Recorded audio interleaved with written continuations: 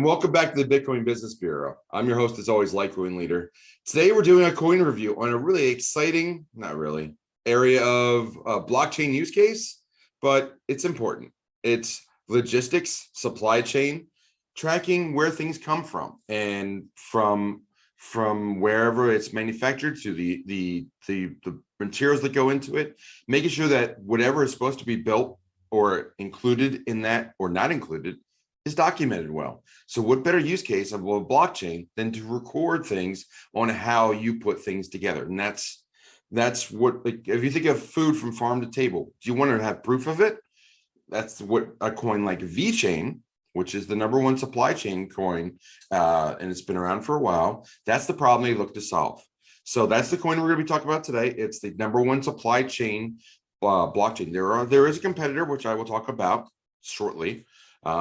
And I'm not trying to be mysterious. The competitor of VeChain is Origin Trail, and I'll be doing a video of that also this weekend. But I wanted to touch on both of them and talk about the pluses and minuses of both and directly compare and contrast the two. So this video is going to focus on VeChain. We're going to go over the news, and then we're going to go over the charts. Then I'm going to give my rating and opinion at the end. But VeChain is the #1 supply chain coin right now. But let's start with the news and go from there.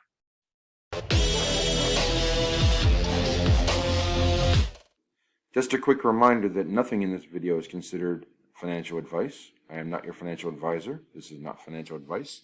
Seek out your own advice and do your own diligence, do your own research.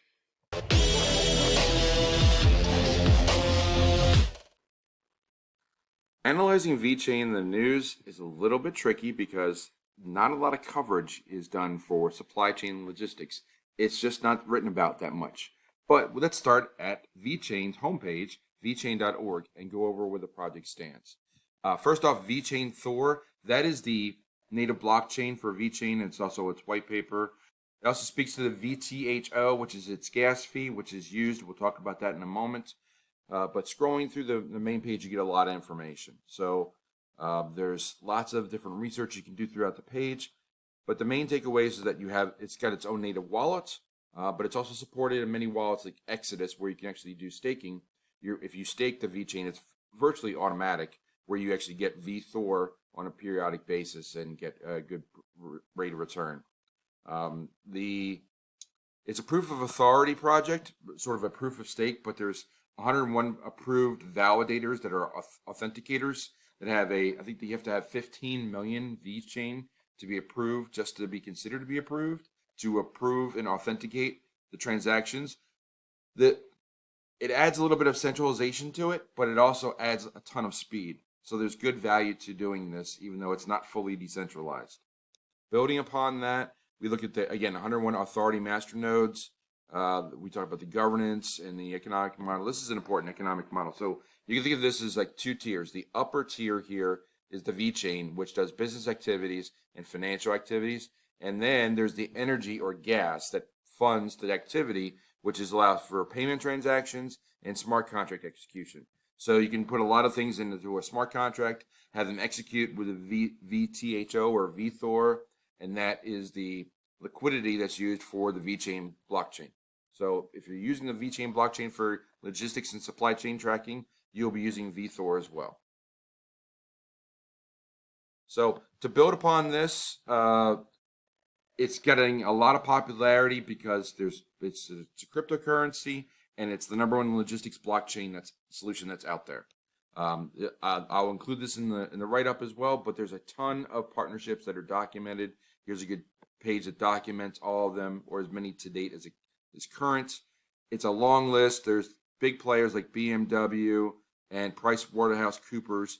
The one hesitation here is there's a lot of Asian countries, including China, that are represented a lot on this list. So it is a global endeavor for VeChain, but PricewaterhouseCoopers is global, as is BMW, but there's a lot of China mentions in here too. But it's still the #1 logistics and supply chain project. I believe they're working with Salesforce as well. So there's a lot of good partnerships already established for VeChain as, again, the #1 company in this sector on the blockchain.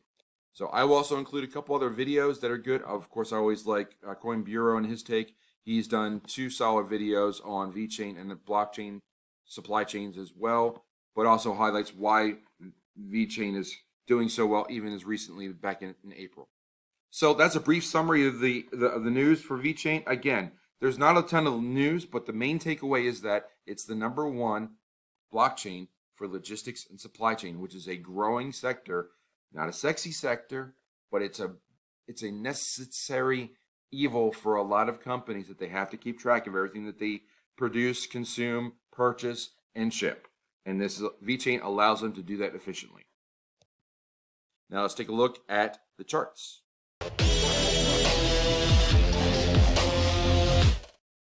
All right, so now let's take a look at the charts. So let me share my screen. As I'm getting better at this, there's VeChain share. Okay. And there, all right, I'm getting this down. Okay. All right. First off, VeChain on CoinMarketCap. Oddly enough, when I first did this video, and I'll try to remember to link the old video up here if you want to really watch the older one, but older hairstyle, older comments, probably not worth it, but I'll include it no matter what.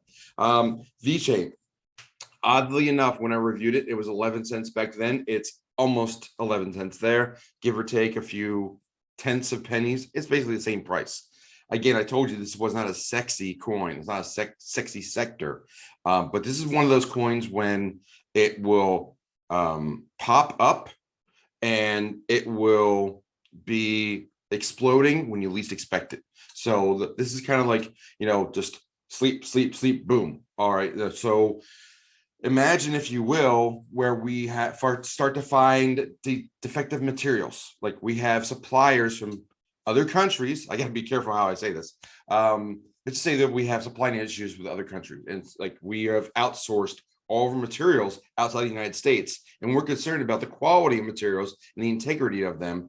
Well, a coin like VeChain or the other one, Origin Trail, will be the ones that will be like watching over this thing. So VeChain, the positive of it is that it's been around for a little while. The negative of it is it's based in a certain country in Asia where we've outsourced a lot of things. Being mindful of what I can say and can't say on YouTube.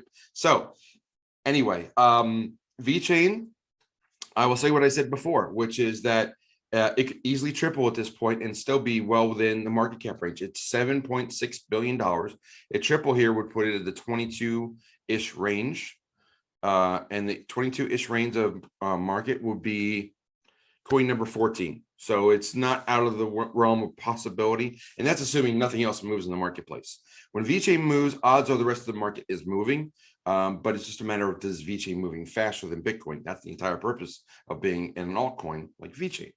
So let me look at the charts and to show what I've seen in the charts. And this is the 1-year chart for VeChain on daily outlook. And I'm pretty much going to draw what I did draw several months ago when I first did this. But what I see here is that we're looking at a Fibonacci retracement where we've gone up to this point about here. And am I getting, yeah, there's the 0. So there's wave 1. And now if I do a Fibonacci retracement from there to wave 2, from say that's the bottom, and I always do it upside down. So we're going to move that here. And what you want to do is what I see, and when I'm setting the corners at are what I call wave 1 and wave 2. So I see that this is a big wave 1 and a big pullback, more than 50%, because normally you want to be in the 50% range. I should probably invert this one as well. Hold on. There's that one. And I'm going to invert this one. There's that. Please bear with me. There's that. And then finally, there we go. Okay, so if this is a wave 1, we should pull back into the green zone. We've gone a little bit further beyond the green zone. That's a little concerning, but it seems to me that VeChain is kind of settling out. It's still back in that 11-cent range. So what I basically said beforehand, if I look at the extensions, when I first analyzed this several months ago, I was looking at a 2.6 move up on the extension. So drawing a horizontal line here at the 2.6 for a wave 3 target, would put it at about 60 cents. So that's actually like a 5x from here, which it would be a healthy, because it's pulled back further, which it expects a larger push forwards when it does go forward. So if that's a 5x, we can go back quickly to here, and if we're at, it was 7.6, so you're looking at 38 billion. So 38 billion, again, assuming nothing else moved, would put it right around Polkadot and the USDC stablecoin, basically borderline top 10. And I think that supply chain is going to be that much of an issue that it could very well head in that direction. Lastly, looking at VeChain against Bitcoin, which is, it looks like the same chart, and I'm going to draw it quickly, and hold on a second. I'm not even going to draw wave 1, which is from here to here. So I'm just going to draw wave 2, and hopefully I draw it in the right direction. And that is not it. Oh my, we're going to delete that. That was not the right Fibonacci retracement that I wanted to draw. So Fibonacci retracement from, say, here, always upside down, there, to, I'll even say there, because that's really the low point. We're looking here, we are at 208 sats right now. The Fibonacci extension to 2.6 would put the sat price at, drum roll please, let's call it right there. It's got 886 sats. So it's nearly a 4 to 5x from here against Bitcoin, which is significant, because that could give it that, that's how it will really move up the food chain, not supply chain, but the food chain, but pun intended, on coin market cap, moving up from where it is. Let's see, what coin number was it? It was 28 to the top 10, which I think is reasonable, but I think VeChain is definitely warranted and valuable, but let's conclude the charts, and then I'll go to my summary now.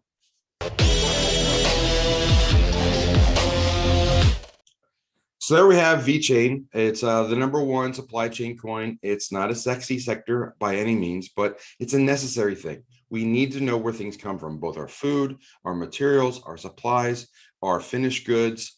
We need to know what the integrity of the ingredients are, the integrity of the materials are, and making sure that if it says farm to table, it really is farm to table, or if it's not got the right additives, or doesn't have the right impurities, or doesn't have impurities, we can prove it definitively by checking the blockchain. That's the entire point of putting something like this on the blockchain. So supply chain, whether it be VeChain or Origin Trail, are both going to be warranted and needed. Now, VeChain, the downside of VeChain is that particular country it has most of its deals with in Asia and where it's based. So that's the downside.